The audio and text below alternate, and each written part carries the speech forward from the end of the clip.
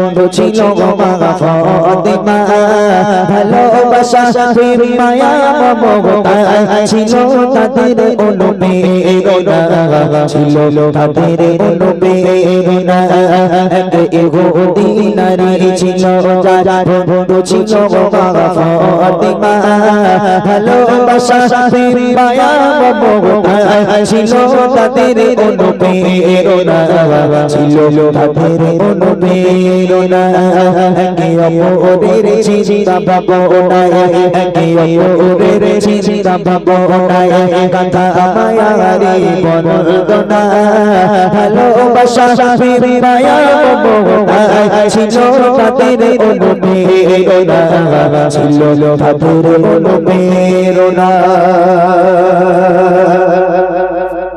এক তারিখে ইহুদি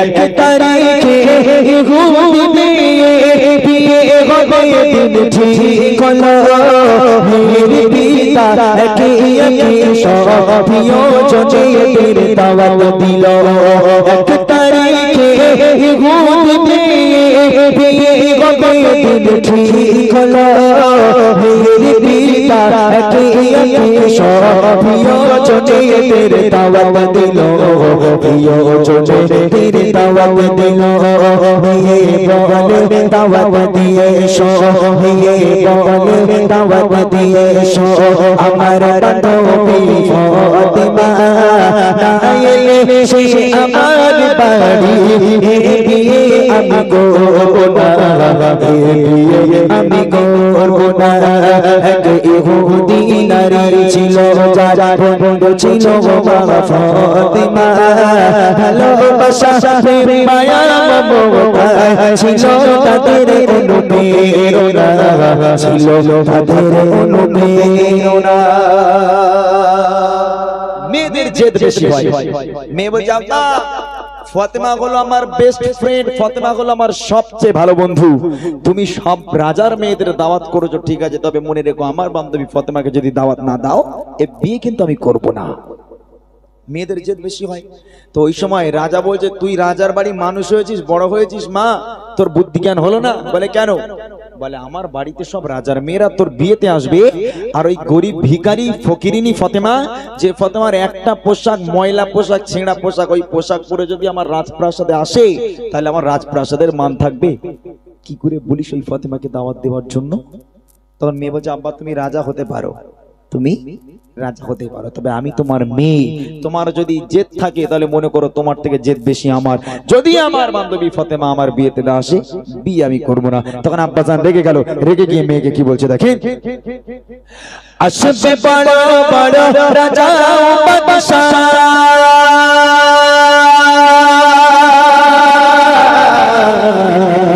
আসবে বড় বড় রাজা বাদশাহ তোমার বিয়েতে আমার বাড়ি গরিব ফাতেমা ছেঁড়া তার জামা আছে তার কোনো নূতন শাড়ি আসবে বড় বড় রাজা বাদশাহ তোমার বিয়েতে আমার বাড়ি গরিব ফাতেমা ছেঁড়া তার জামা আছে তার কোনো নূতন শাড়ি আছে তার কোনো নূতন শাড়ি বাড়ির সম্মান হবে যে বদনা বাড়ির সম্মান হবে যে বদনা আসলে গরিব ওই ফাতেমা শোনো হবে তোমার প্রস্তাব দিদি আমি পারবো না আমি পারবো না ইহুদি নারী ছিল যার বন্ধু ছিল মা ফাতেমা ভালোবাসা প্রেম মায়া মমতা ছিল তাদের অনুপ্রেরণা ছিল তাদের অনুপ্রেরণা বাপ হেরে গেল মেয়ের কাছে এখন মেয়ের জেদের কাছে বাপ পারলো না এখন আব্বা বলছে ঠিক আছে তোর প্রস্তাব আমি মানবো মা তবে আমার একটা শর্ত আছে একটা কন্ডিশন আছে বলে আব্বা কি শর্ত বলে আমার বাড়িতে আসবে সব রাজার মেয়ে মন দিয়ে শোনেন বলছে আমার বাড়িতে আসবে সব রাজার মেয়ে একটাও সাধারণ মেয়ে আসবে না। শুনে তো দেখেন, আমি কষ্ট করে লিখেছি, শুনে তো দেখেন। কেউ কথা বলবেন না। তো আব্বা বলছে, মা আমি তোর বান্ধবীকে দাওয়াত করবো, তবে একটা কন্ডিশন আছে, একটা শর্ত। কি শর্ত? আমার বাড়িতে আসবে সব রাজার মেয়ে, তোর বান্ধবী ফতেমাকে বল ওই ভিখারি ফকিরিনী ফতেমা যদি রাজার মেয়েদের মতো দামি পোশাক পরে আমার রাজপ্রাসাদে আসতে পারে তাহলে এন্ট্রি আছে। আর যদি ওই ভিখারি ফকিরিনী ফতেমা যদি আমার রাজপ্রাসাদে যদি নোংরা হালাতে ওই ছেঁড়া জামা পরে আসে তাহলে কিন্তু আমি দূর দূর করে তাড়িয়ে দেবো, অপমান করে। বল তোর ফতেমাকে। তখন ফোন টোন ছিল না, ইউদিনারি চিঠি লিখলো, চিঠি লিখে পাঠিয়ে দিল, বুবু এই ব্যাপার। আমার আব্বা কখন কোনো মতেই রাজি হয় না, অনেক কষ্ট করে রাজি করেছি বুবু, আগামীকাল আমার বিয়ে, তুমি আমার বিয়েতে অবশ্যই এসো, তবে একটা নতুন জামা পরে এসো, তুমি যদি না আসো আমি কিন্তু বিয়ে করব না। আম্মাজান ফাতেমা হাসতে হাসতে দাওয়াত কবুল করে নিল। ঠিক আছে বুবু, আল্লাহ যদি আমাকে বাঁচিয়ে রাখে আগামীকাল ফাতেমা তোমার বিয়েতে যাবে ইনশাআল্লাহ। এইবারে দেখেন কি হচ্ছে। অনেক বলার পর পিতা কি রাজি,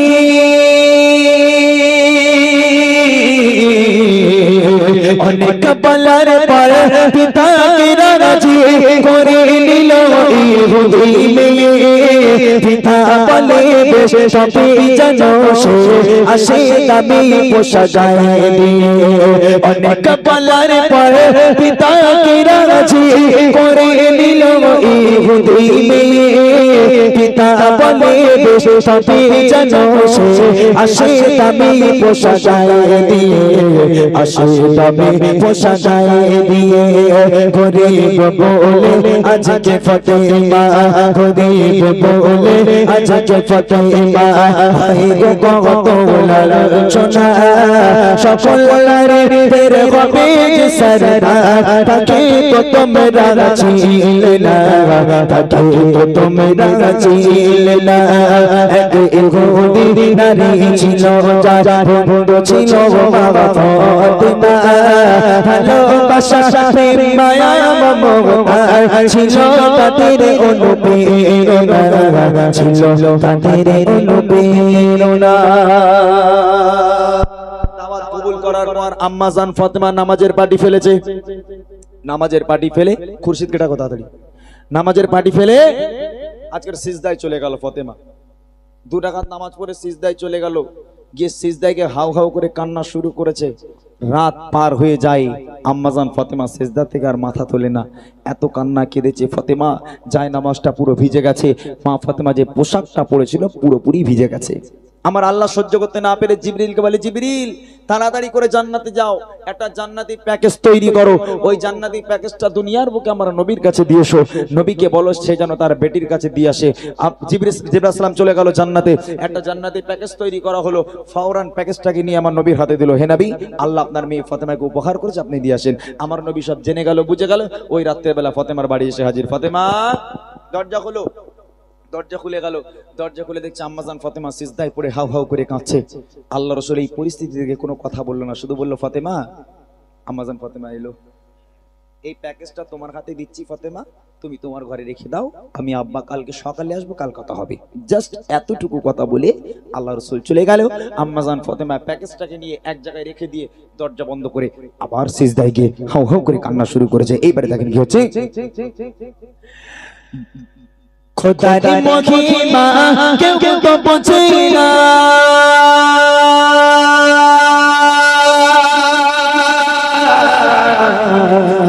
খোদারি মহিমা কেউ তো বোঝে না।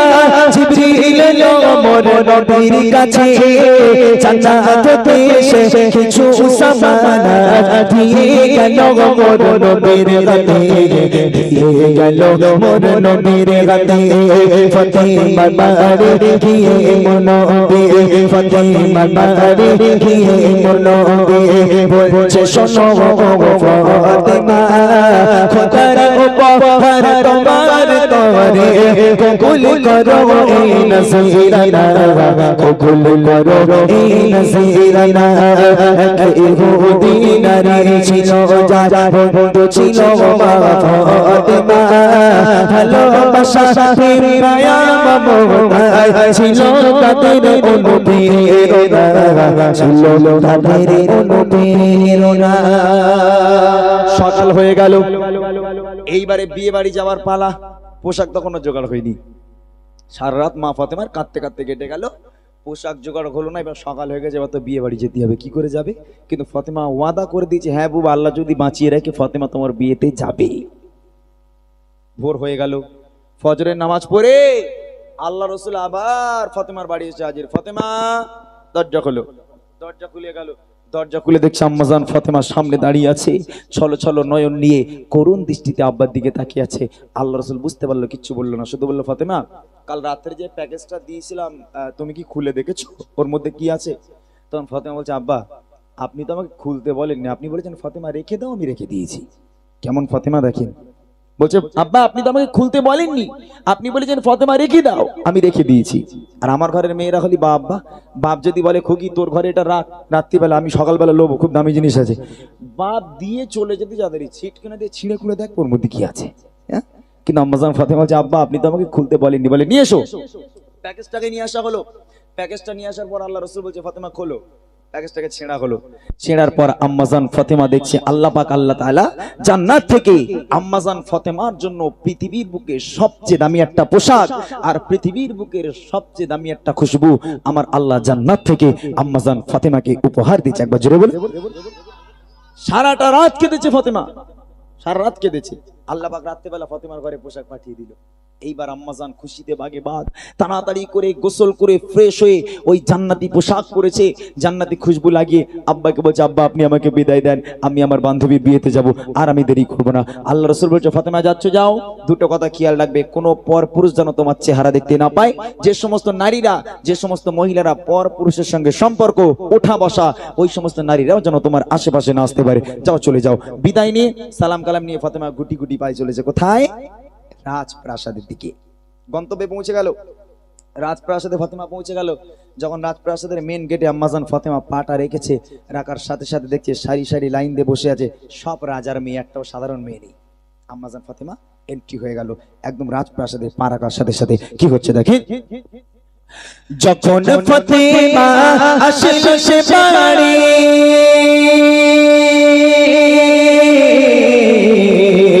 যখন ফাতেমা আসিল সে বাড়ি, চমকে ওঠে যত রাজা বাদশা, একই অপর পোশাক ফাতেমা, হারিয়ে যায় সব মুখের ভাষা। যখন ফাতেমা আসিল সে বাড়ি, চমকে ওঠে যত রাজা বাদশা, একই অপর পোশাক ফাতেমা, হারিয়ে যায় সব মুখের ভাষা, হারিয়ে যায় সব মুখের ভাষা। সুবাস ভরে ভরে বগবন্দ, সুবাস ভরে ভরে বগবন্দ, মেশকের বন্দে দিবানা, কোথায় রাজা আর কোথায় বাদশা, করে ফাতেমাকে বেঈমানা, করে ফাতেমাকে বেঈমানা। এক ইহুদি নারী ছিল, যার বন্ধু ছিল মা ফাতেমা, ভালোবাসা প্রেম মায়া মমতা ছিল তাদের অনুপ্রেরণা, ছিল তাদের অনুপ্রেরণা। আম্মাজান ফাতেমা যখনই রাজপ্রাসাদের মেন গেটে পা রাখলো, রাখার সাথে সাথে রাজার মেয়েরা সব দাঁড়িয়ে গেছে অবাক দিশেহারা, এই কি কাণ্ড। যে ফাতেমাকে আমরা ভিখারি বলতাম, ফকিরিনী বলতাম, ওই ফাতেমা, যে ফাতেমার খাওয়া হয় না, ওই ফাতেমা এমন একটা পোশাক পরে বিয়ে বাড়িতে গেছে, রাজার মেয়েদের হুঁশ উড়ে গেল, সব দাঁড়িয়ে পড়েছে, করুণ দৃষ্টিতে তাকিয়ে আছে একেবারে বড় বড় চোখ করে। ইহুদি নারী এলো, বান্ধবী এলো, ফাতেমার হাতটা ধরে সোজা চলে যাচ্ছে কোথায়? রাজার মেয়ের বিয়ে, মানে বিশাল বিয়ে, বড় স্টেজ করা হয়েছে। স্টেজের উপর যেখানে কোণে বসবে আর কি, যেখানে বউ বসবে, কোণের পাশে সিংহাসন দিয়ে আম্মাজান ফাতেমাকে ইহুদি নারী বসিয়ে দিল। এখান থেকে শিক্ষা দেখেন, যে সমস্ত রাজার মেয়েরা ফাতেমাকে ভিখারি বলে, ফকির বলে, গরিব বলে, ওই সমস্ত রাজার মেয়েরা নিচে, আর আমার আল্লাহ গরিব ফাতেমাকে সবার উপরে সিংহাসনে বসিয়ে দিয়েছে। এটা হলো শিক্ষা।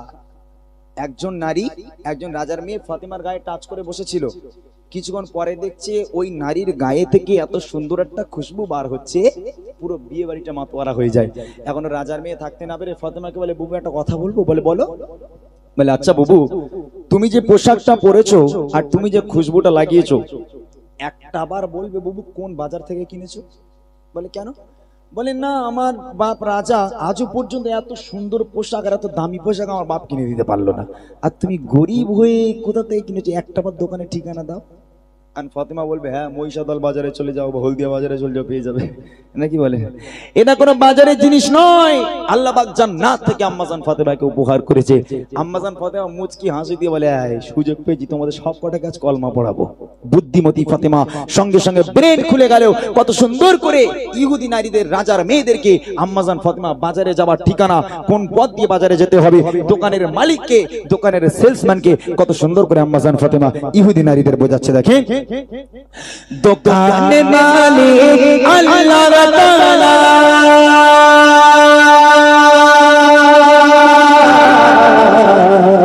দোকানের মালিক আল্লাহ তাআলা, পৌঁছারে তারে জিবরিল আমিন, সেই দোকানে যাবার সুপথ ইহদিনাস সিরাতাল মুস্তাকিম। জোরে হবে সুবহানাল্লাহ, জোরে হবে না সুবহানাল্লাহ, নারী তুলে।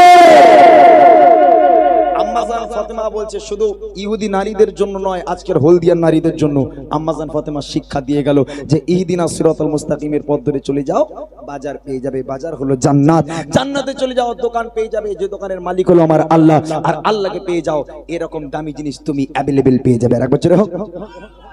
তাহলে আম্মাজান ফাতেমা কোথাকার ঠিকানা দিল? মূল বাজারের ঠিকানা দিল, যে এই পোশাকটা যদি ফাতেমার মতন পোশাক যদি তুমিও চাও, ইহদিনাস সিরাতাল মুস্তাকিমের পথ ধরে সোজা জান্নাতে যাও, দোকান পেয়ে যাবে। এই কথা শোনার সাথে সাথে এক এক রাজার মেয়ে, এক এক ইহুদি নারী আম্মাজান ফাতেমার হাতে হাত দিয়ে বায়াত হয়ে কলমা পড়ে মুসলমান হয়ে গেছিল। শেষ করে কবি লিখছে দোকানে মালিক আল্লাহ তাআলা, পৌঁছারে তারে জিবরিল আমিন, সেই দোকানে যাবার সুপথ ইহদিনাস সিরাতাল মুস্তাকিম, ইহদিনাস সিরাতাল মুস্তাকিম।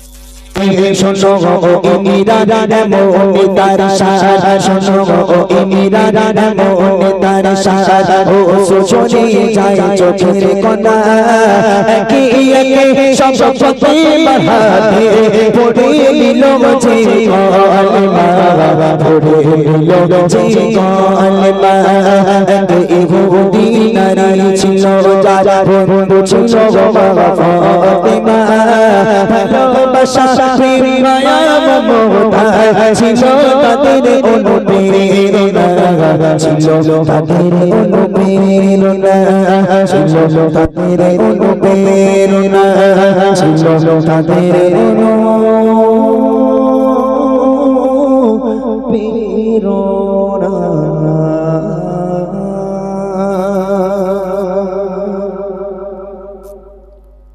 যাক, শুনলেন সেই কালাম। না জিজ্ঞেস করবো না, কারই বা জিজ্ঞেস করবো, জিজ্ঞেস করার